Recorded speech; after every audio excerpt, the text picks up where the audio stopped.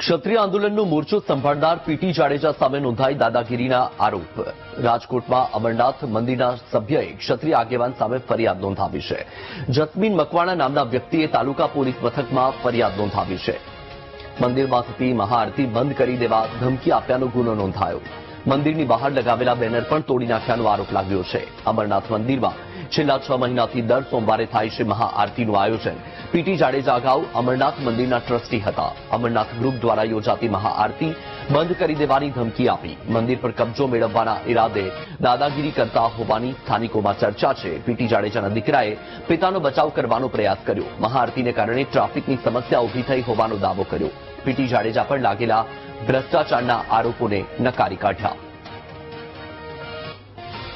થવું જોઈએ ને, મંદિર તો સેવા માટે છે ને। અમે કે આવી ગણતરી તો મંદિર નહોતું બનાવ્યું ને। અમે તો આજુબાજુ લતાવાળાને પબ્લિકને સારું બેસવાનું, સારી પૂજા કરવાનું કે બધી એના માટે બનાવ્યું હતું મંદિર। મંદિર કોઈ આપણે કોઈ પેઢી માટે કઈ એવું માટે બનાવ્યું નથી કે આવક માટે બનાવ્યું નથી। 20 વર્ષથી પેટીના પૈસામાં આશરે મહિને 30 થી 35 હજાર રૂપિયા દઈ છે। એનો હિસાબ કોઈ જાતનો નથી બેંકમાં એકાઉન્ટ અમે આરટીઆઈ જાણ કરી। 3 વર્ષથી જે એને રિપોર્ટ ભરવાનો કોઈ છે તે કોઈ ટ્રસ્ટી જ નથી, ધણી ધોરી વગરનું છે, બરોબર છે। અને કોઈ જાતનો હિસાબ નથી। મંદિર બન્યા પછી આશરે મારા અંદાજ પ્રમાણે 15 થી 20 લાખ રૂપિયાનું ફંડ હશે। એ ફંડ કોની આગળ છે, શું કરે છે એ કઈ ખબર નથી। વિવાદ અમને એમ કે છે કે તમારે આરતી નહીં કરવાની, આરતી કરી તો હાથ પગ ભાંગી નાખશું તમારા। પીટી જાડેજા 21 તારીખે શું બનાવ બન્યો? 20 તારીખે અમારો એક છે જસ્મીન, એને ફોન ઉપર ધમકી આપી હતી કે તું પાછો ઢેબા મારવા માંડજે।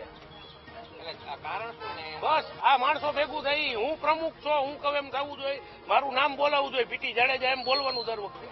એના અનુસંધાને મને કે હવે કાલથી આરતી બંધ કરી દેજો, નકર પછી જોયા જેવી થશે।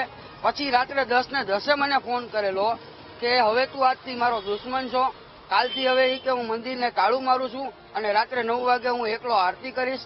ત્યારબાદ પાછો સોમવારે અમે લોકોએ આરતી કરેલ, પોલીસ પ્રોટેક્શન માગીને કરેલ। 21 તારીખે અમે લોકોએ અરજી આપેલી હતી અને 23 તારીખે રાત્રે પાછો મને ફોન કરેલ કે ભાઈ તું દાદાગીરીથી તમે લોકો આરતી ન કરી શકો।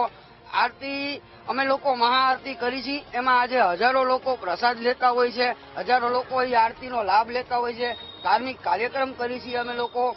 પણ સરમુખત્યાર થઈ અને પોતાની ઇજારાશાહી ને ભોગવવા માટે આજે ભાવિકો ઉપર અને ભક્તો ઉપર એમનું હાલતા ચાલતા ગમે ત્યારે મંદિરમાં આ પ્રકારનું વર્તન વિસ્તારવાસીઓને ખબર જ છે।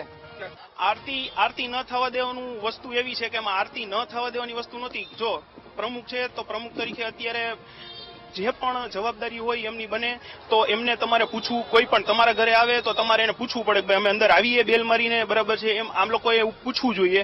તો એમાં અને પીટી બાપુ છે એ પણ 20 વર્ષથી અહીંયા છે પ્રમુખ તરીકે, એનું પ્રમુખ તરીકે બધું નિભાવે છે। જે કાંઈ કાર્ય થાય છે ત્યાં અમારી સાથે ઉભા રહે છે, બધા સારા સારા કાર્ય થાય છે। એમાં કોઈ એવું નથી કે આ કાર્ય નથી।